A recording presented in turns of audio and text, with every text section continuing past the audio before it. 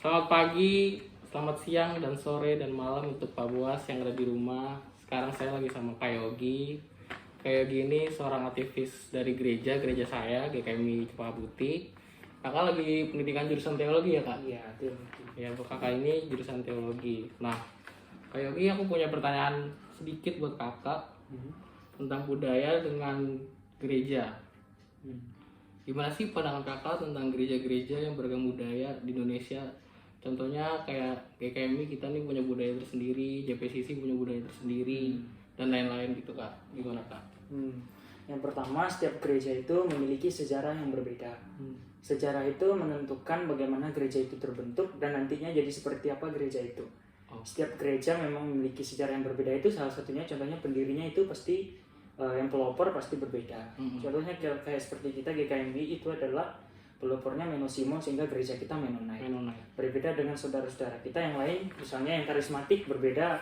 Oleh sebab itu kita melihat kebudayaannya pasti berbeda. Karismatik beribadahnya biasanya lebih ekspresif dalam beribadah memuji Tuhan. Kalau kita biasanya lebih tenang, lebih lebih kusuk gitu. Misalnya, tapi kita juga nggak mempermasalahkan kalau misalnya di gereja kita kemudian ada yang mau melompat-lompat, mau ada yang mau nyanyi, kita nggak mempermasalahkan. Kita gereja yang toleransi ya gitu. Nah, sebenarnya itulah sebabnya makanya gereja di Indonesia itu berbeda karena berbeda filosofi, tapi tetap aja kita satu akar kok, Kristus gitu. Tetap satu akar Kristus, apapun perbedaannya, perbedaan budaya di Indonesia, tetap maka kita akan tetap satu di dalam Kristus. Itu sih. Panjang banget ya kak. Yang kedua kak, hubungannya budaya Indonesia dengan gereja-gereja. Hubungannya budaya Indonesia dan gereja-gereja di Indonesia. Iya. Ya, yang pertama kita harus merujuk kepada bahwa gereja di Indonesia ini sebenarnya kan gereja penyebarannya dari gereja Barat. Gereja Barat lalu kemudian dengan berbagai budaya lalu masuk di Indonesia, otomatis gereja itu akan terpatok dengan di mana dia berasal. Contohnya gerejanya itu gereja Barat. Namun nggak semua budaya Barat itu menerima budaya Indonesia. Contohnya seperti misalnya ada bahasa-bahasa di dalam gereja harus pakai bahasa apa gitu. Nah, itu kemudian bertransformasi, berubah sehingga gereja ini harus menyesuaikan dengan budaya setempat sehingga gereja ini bisa diterima oleh masyarakat setempat. Nah, itulah yang menyebabkan biasanya di gereja contohnya di GTJ ada gereja yang berbahasa Jawa, di HKBP Batak berbahasa Batak. Nah, itu kita tahu kan Momenson adalah pendiri gereja HKBP yang melayani dengan kemampuannya berkontekstualisasi, menyesuaikan diri dengan masyarakat Batak sehingga Injil diterima. Sehingga di gereja itu pun peniadaan budaya itu sangat minim gitu. Sehingga di dalam gereja ada bahasa Batak gitu, diterima gitu. Ya, seperti itu. Oke. Lanjut ya kak. Ya. Yang ketiga, wajar nggak sih kak banyaknya budaya dari luar atau dari dalam masuk ke dalam gereja gitu kak? Dalam gereja sebenarnya wajar sih, menurut saya sesuatu yang wajar karena Tuhan Yesus sendiri adalah Injil itu sendiri pun masuk dalam budaya. Budayanya apa? Budaya Yahudi. Tuhan Yesus itu adalah orang yang melampaui batas.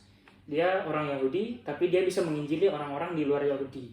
Artinya Injil itu melebihi semua orang, melebihi batas-batas yang ada dari setiap suku budaya. Oleh sebab itu nggak apa-apa gitu, dalam setiap budaya punya ciri khas. Misalnya gereja di Kalimantan ciri khasnya gerejanya pakai bahasa Dayak misalnya. Kalau di Sumatera pakai bahasa Batak misalnya, nggak masalah gitu, asalkan gereja mampu menanggapi budaya itu dengan baik sehingga sesuatu seperti penyembahan berhala itu ditiadakan gitu, tapi ditiadakan dengan sikap yang baik oleh gereja gitu, sehingga masyarakat pun tidak merasa canggung bahwa gereja ini pun bisa diterima gitu. Oke, ngerti. Selanjutnya dan keempat, bahaya nggak sih kak budaya yang masuk? Kan budaya ini ada banyak nih kak. Bahaya nggak sih buat masuk ke dalam gereja? Terus ada batasan-batasannya nggak sih yang mempengaruhi jalannya gereja gitu? Oh iya, sebenarnya sih itu tergantung kepada gereja sendiri sih menanggapinya.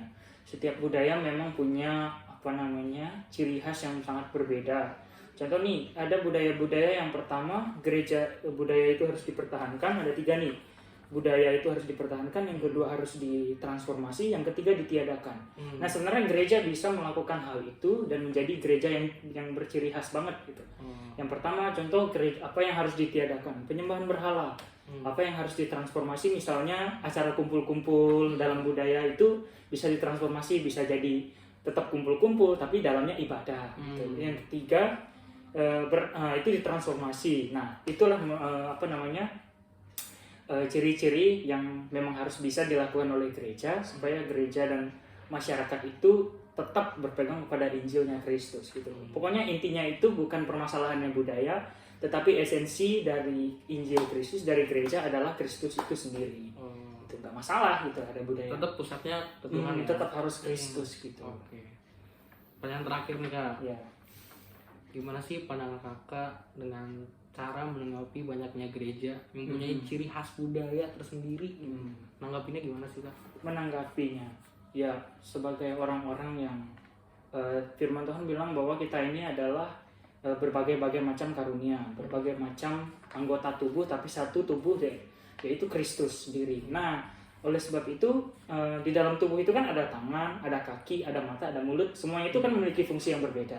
Demikian pula dengan gereja, bahwa ada gereja itu yang memiliki ciri khas tersendiri, ada gereja yang ini memiliki ciri khas tersendiri, ada gereja yang memiliki ciri khas tersendiri. Sehingga nggak boleh kita sebagai gereja ini lalu kemudian meninggikan satu dari yang lain. Itu menganggap gereja kami lebih benar dari yang ini. Kita nggak boleh seperti itu. Karena kita tetap terpatok dengan satu, yaitu wah ini Kristus. Jadi setiap gereja ini punya ciri masing-masing untuk memuliakan Tuhan gitu. Nah sebagai gereja, sebagai umat Tuhan, kita harus saling menghargai satu sama lain di antara keperbedaan gereja kita. Itu sih. Oke. Jadi intinya semua gereja itu punya ciri khasnya masing-masing. Mereka begini, kita begini, mereka begitu. Jadi kita harus saling menghargai, saling menyemangati, saling mendukung satu sama lain. Oke. Terima kasih ya Kak Yogi. Sukses terus.